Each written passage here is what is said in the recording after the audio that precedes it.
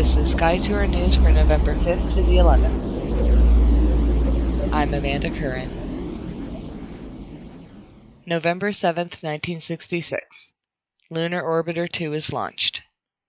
The Lunar Orbiter 2 robotic spacecraft, part of the Lunar Orbiter program, was designed primarily to photograph smooth areas of the lunar surface for selection and verification of safe landing sites for the Surveyor and Apollo missions. Launched November 6, 1966, the spacecraft was placed in a cislunar trajectory and injected into an elliptical, near-equatorial lunar orbit for data acquisition after 92.5 hours flight time. The spacecraft acquired photographic data from November 18th to the 25th of 1966, and readout occurred through December 7th, when a failure on the amplifier on the final day of readout resulted in the loss of 6 photographs. On December 8, 1966, the inclination was altered to 17.5 degrees to provide new data on lunar gravity. These included a spectacular oblique picture of Copernicus crater, which was dubbed by the news media as one of the great pictures of the century. The spacecraft was used for tracking purposes until it impacted on the lunar surface on command on October 11, 1967. In 2011, NASA's Lunar Reconnaissance Orbiter camera was able to locate and image the precise impact point of the spacecraft. The debris from an impact angle of 45 degrees or more spreads out like butterfly wings.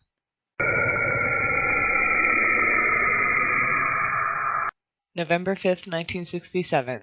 ATS-3 is launched. Applications Technology Satellite 3, or ATS-3, was a long-lived American experimental geostationary weather and communications satellite operated from NASA from 1967 to 2001 and was at one time reputed to be the oldest satellite still in operation. Launched November 5, 1967, the ATS-3 was in service for 11 years before finally being decommissioned in 1978 along with the ATS-1. Among its widest known achievements are the first full-disk color Earth images transmitted from a satellite. Its imaging capability has served during disaster situations, from the Mexico earthquake to the Mount St. Helens eruption.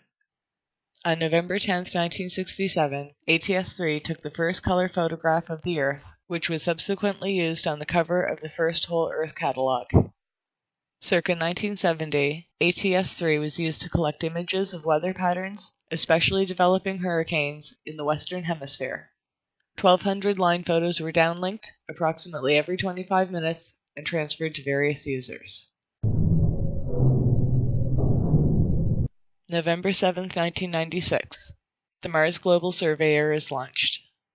Mars Global Surveyor was an American robotic spacecraft developed by NASA's Jet Propulsion Laboratory and launched November 7, 1996.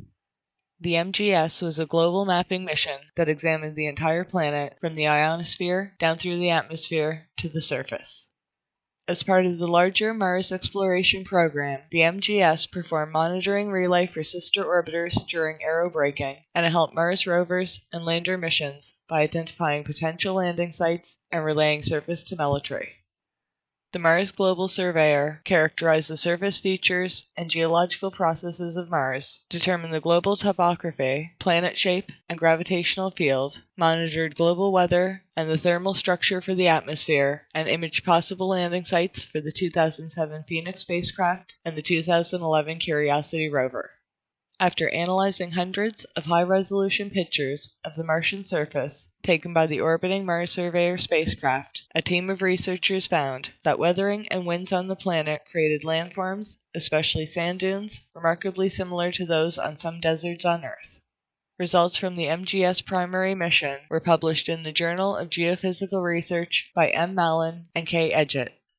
It completed its primary mission in January 2001 and was in its third extended mission phase when on November 2, 2006, the spacecraft failed to respond to messages and commands. A faint signal was detected 3 days later, which had indicated that it had gone into safe mode. Attempts to reconnect the spacecraft and resolve the problems failed, and NASA officially ended the mission in January 2007.